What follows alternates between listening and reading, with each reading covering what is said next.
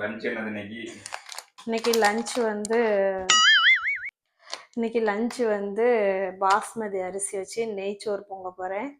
அது போக மஷ்ரூம் வச்சு கிரேவி பண்ண போகிறேன். இதுக்கு ஐடியா கொடுத்ததே என் ஹஸ்பண்ட் தான். நேற்றுக்கே கேட்டுட்டேன் என்ன பண்ணலாம், ஏன்னா அடுத்த நாள் சனிக்கிழமை விநாயகர் சதுர்த்தி இருக்குது. அதனால் நான்வெஜ்லாம் சமைக்க முடியாது, ஆல்ரெடி வீடெல்லாம் தொடச்சாச்சு. அதனால் வந்து வெஜ்ஜில் ஏதாவது சமைக்கிற மாதிரி சொல்லுங்கன்னு நெய்ச்சோறு பண்ணி மஷ்ரூம் கிரேவி பண்ணிருந்துட்டாங்க.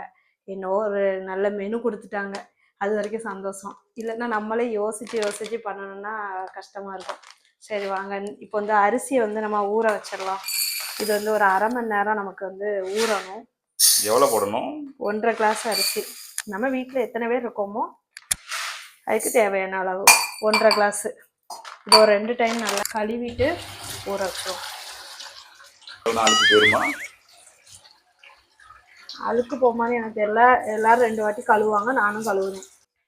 அடுத்து வெங்காயமா? எஸ், வெங்காயம் கட் பண்ணிட்டு இருக்கேன். வெங்காயம்லாம் வெட்டி முடிச்சிட்டேன்னா வெட்டிக்கிட்டு இருக்க ஒரு மாதிரியா இருக்கு, அங்கே ஒரு தட்டில் ஒரு மாதிரியா இருக்கு. இது வந்து நெய்ச்சோறுக்கு, இது வந்து கிரேவிக்கு, மஷ்ரூம் கிரேவிக்கு. ஏன் வெங்காயத்தை அப்புறம் தண்ணிக்குள்ள போட்டுருக்கேன்? அது வெங்காயம் கட் பண்ணும்போது கண்ணீர் வரும், அதனால வராமல் இருக்கிறதுக்காக ஒரு 10 நிமிஷம் போட்டிருக்கேன் கட் பண்ணி. போட்டா கண்ணீர் வரலையோ? வரல. மஷ்ரூம் இதை வந்து க்ளீன் பண்ணணும்.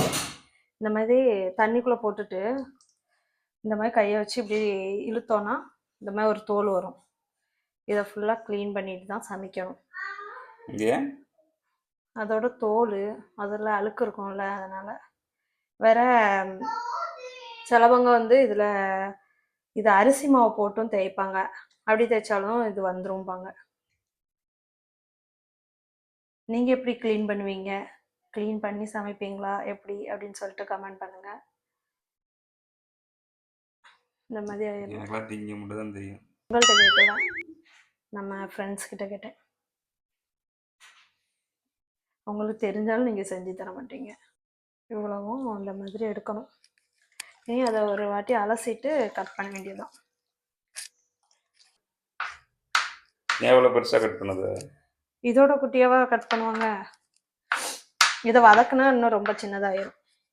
ஃபஸ்ட்டு மஷ்ரூம் கிரேவி பண்ணுவோம். ஃபஸ்ட்டு எண்ணெய் ஊற்றியிருக்கேன், அது கூடவே வந்து ஏலக்காய், பட்டை, கிராம்பு, இந்த பிரியாணி இலெல்லாம் சேர்த்துக்கலாம். ஒரு 1/2 ஸ்பூன் சோம்பு சேர்த்துக்கலாம். இதெல்லாம் நல்லா பொரியட்டும். நல்லா பொரிஞ்சதுக்கப்புறமாட்டு வெங்காயமும் பச்சை மிளகாவும் இருக்கும். வெங்காயம் வதங்க கொஞ்சம் உப்பு. சரி, அடுத்து வந்து நம்ம கீ ரைஸ்க்கு வச்சு விட்டுருவோம். கொஞ்சமாக ஆயில், நெய் ஒரு 1.5 ஸ்பூன் போட்டுக்கிறோம். பட்டை, கிராம்பு, ஏலக்காய், பிரியாணி இலை போட்டுக்கிறோம். வந்து வெங்காயம், ஒரு பச்சை மிளகாய் போட்டுக்கலாம். அது கூடவே முந்திரி பருப்பும் முந்திரி பழம் அதையும் சேர்த்துக்கலாம். வெங்காயம் இந்த அளவுக்கு வதங்கினதுக்கப்புறம் நம்ம மிக்சி ஜாரில் வந்து ஒரு தக்காளி, இஞ்சி, பூண்டு இதெல்லாம் அரைச்சி வச்சுருக்கேன், அதையும் சேர்த்துக்கலாம். பச்சை வாசனை எல்லாம் போகட்டும். வெங்காயம் இந்த அளவுக்கு வதங்கினதுக்கப்புறம் இஞ்சி பூண்டு தட்டி வச்சுருக்கேன், அதை போட்டுக்கலாம். ஒரு 1/2 ஸ்பூன் போதும் இதுக்கு. எனக்கு இப்படி இந்த 2 அடுப்புலையும் இப்படி சமைக்க நல்லா ஆசை.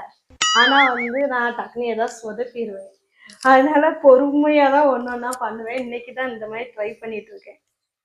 மல்டி டேலண்ட்லாம் இல்லை, நீ போக போக ஆயிக்கணும் மல்டி டேலண்டா. அதில் உப்பு போடுறதுக்கு இதில் உப்பு போடுறாத. அது கரெக்டு. இந்த இஞ்சி பூண்டோட பச்சை வாசனை போனதுக்கப்புறம் நம்ம வந்து தண்ணி ஊற்றிக்கலாம். நான் 1.5 கப்பு அரிசி எடுத்திருந்தேன். 1.5 கப்புக்கு வந்து 3 கிளாஸ் டபுளாக ஊற்றணும். 3 கிளாஸ் ஊற்றுறேன். 1 2 3. என்ன தண்ணி ஊற்றணும்? நல்ல தண்ணி ஊற்றணுமா, உப்பு தண்ணி ஊற்றணுமா? நல்ல தண்ணி. இப்போ தேவையான அளவு உப்பு போட்டுக்கோங்க. அது உப்பு தண்ணி ஊற்றினா உப்பு போட வேண்டாம்ல? ஒரு நாள் இந்த கடல் தண்ணி கோரிட்டு வாங்க, உங்களுக்கு அந்த உப்பு தண்ணியில் சமைச்சு தாரேன். தக்காளி நல்லா பச்சை வாசனை போனதுக்கப்புறம் நம்ம வந்து மசாலா பொடி சேர்த்துக்கலாம். மஞ்சள் பொடி 1.5 ஸ்பூன், மல்லித்தூள் 1.5 ஸ்பூன், மிளகாய் தூள் 1 ஸ்பூன், கரம் மசாலா 1/2 ஸ்பூன், ஜீரகத்தூள் இதெல்லாம் வந்து சேர்த்துட்டு இதோட பச்சை வாசனை போகிற வரைக்கும் நம்ம வதக்கிக்குவோம். அதில் காளான் போடணும், அரிசியை ஆமாம், போட்டுறாத. தண்ணி கொதிச்சுட்டு இப்போ நம்ம அரிசியை வந்து நல்லா வடிச்சிட்டு இதில் வந்து சேர்த்துக்கலாம்.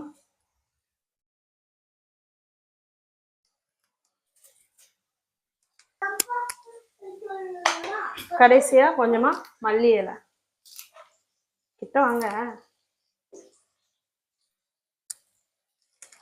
குக்கரை மூடிடலாம். மஷ்ரூம் நல்லா குளிச்சிருச்சா? குளிச்சு தண்ணி அழுக்கு பாருங்க எவ்வளோ அழுக்குன்னு. சோப் போடு. சோப் போடணுமா? கொஞ்சம் அழுக்கு வருங்களா? போட்டுருவோம். இப்போ நம்ம மஷ்ரூம் வந்து இதில் போட்டுருவோம். இது பச்சை கடலை, கொஞ்சமா சாப்பிடுங்க. பச்சை கடலை இது ஊர்ல இருந்து எங்க அம்மா எனக்கு கொடுத்துட்ட கடலை, உடைச்சு கொடுத்துட்டாங்க. வாங்க வாங்க வாங்க.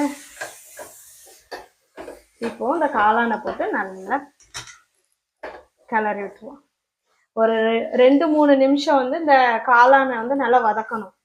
இந்த காளான்ல இருந்து தண்ணி வரும். காளான்ல தண்ணி ஊத்தாமலே அதுல எவ்வளவு தண்ணி வந்திருக்குன்னு. ஆமா, காளான் வேற நீங்க பெருசா கட் பண்ணுன்னு நீங்க பாருங்க எவ்வளவு சின்னதாயிட்டுன்னு. நம்ம வதக்கும் போது ரொம்ப சின்னதாயிரும். இப்போ வந்து இதுக்கு தேவையான அளவு தண்ணி ஊற்றிக்கோங்க. நான் இன்னைக்கு கொஞ்சம் கிரேவி மாதிரி தான் வைக்க போறேன், அதனால ஒரு 1/2 கப் அளவுக்கு வந்து தண்ணி சேர்த்துருக்கேன். இதுக்கு தேவையான அளவு உப்பு, ஃபர்ஸ்டே கொஞ்சம் உப்பு போட்டுட்டேன், அதனால கொஞ்சமா இப்போ சேர்த்து நல்லா கலந்து விட்டுட்டு மூடி போட்டு நம்ம ஒரு 7-8 நிமிஷம் மூடி வச்சிடலாம். ஓப்பன் பண்ணி பார்க்கலாம்.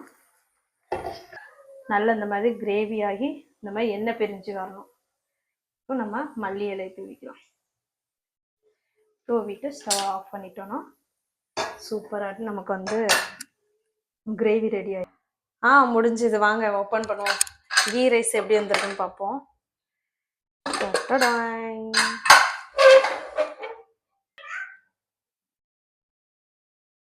கிரேவி பார்ப்போம். சாப்பிடலாம். கிருத்தி வா, இங்க வா.